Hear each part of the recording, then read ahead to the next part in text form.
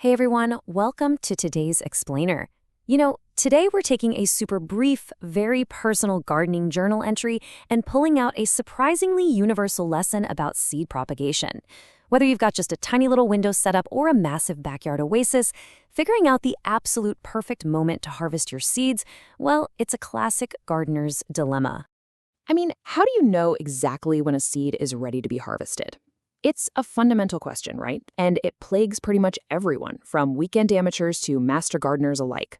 You watch, you wait, you anticipate, but finding that fleeting, perfect window to collect your next generation of plants, it can honestly feel like a total guessing game.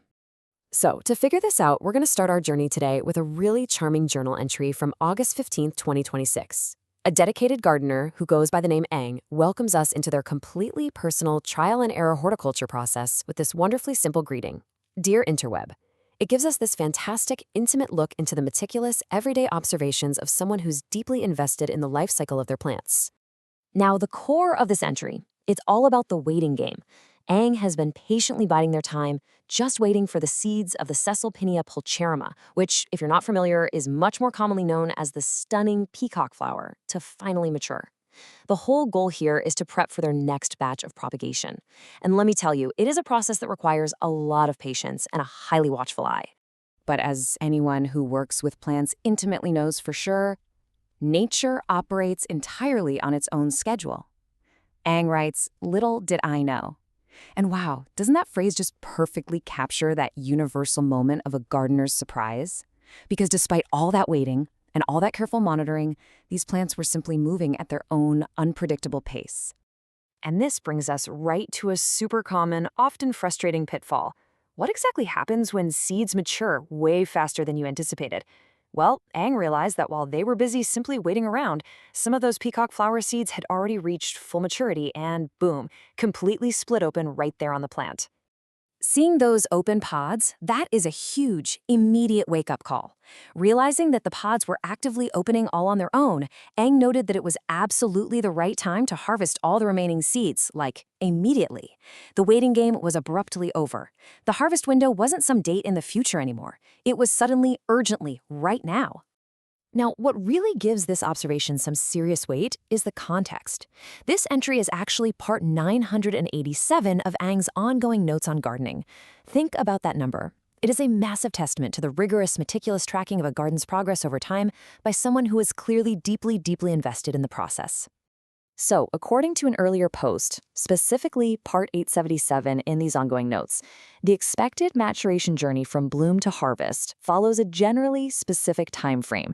It usually takes roughly 6 to 8 weeks, stretching up to about 3 months for these specific seeds to fully mature and actually be ready for harvesting.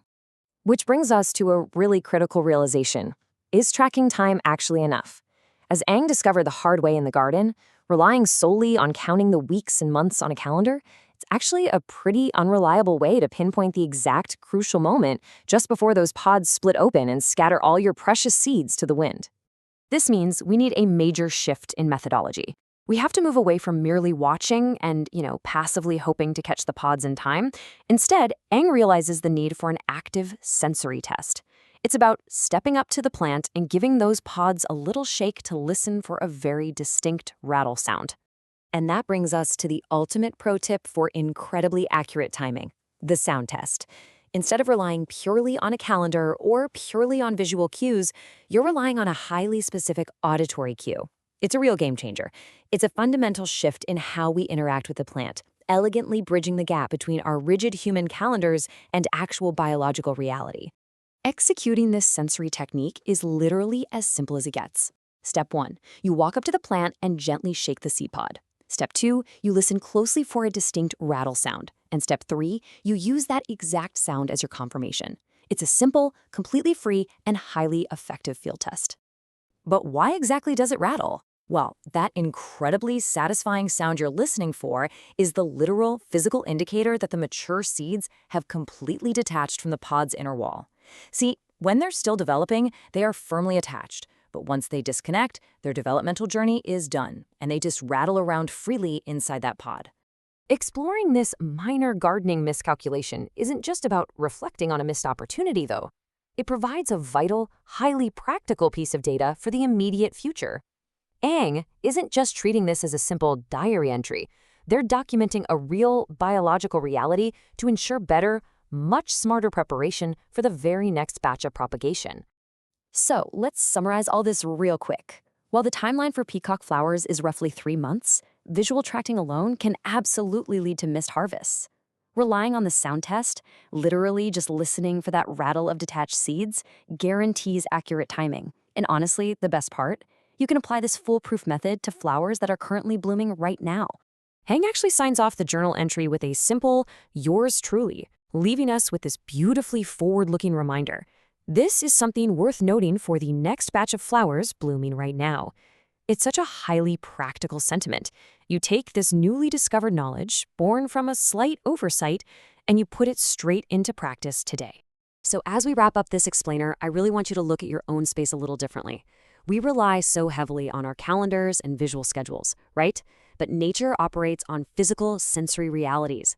What other hidden signals is your environment giving you, just waiting for you to actively listen? The next time you're waiting for something to mature, remember to step up, interact, and see if it speaks back. Thanks so much for learning with me today.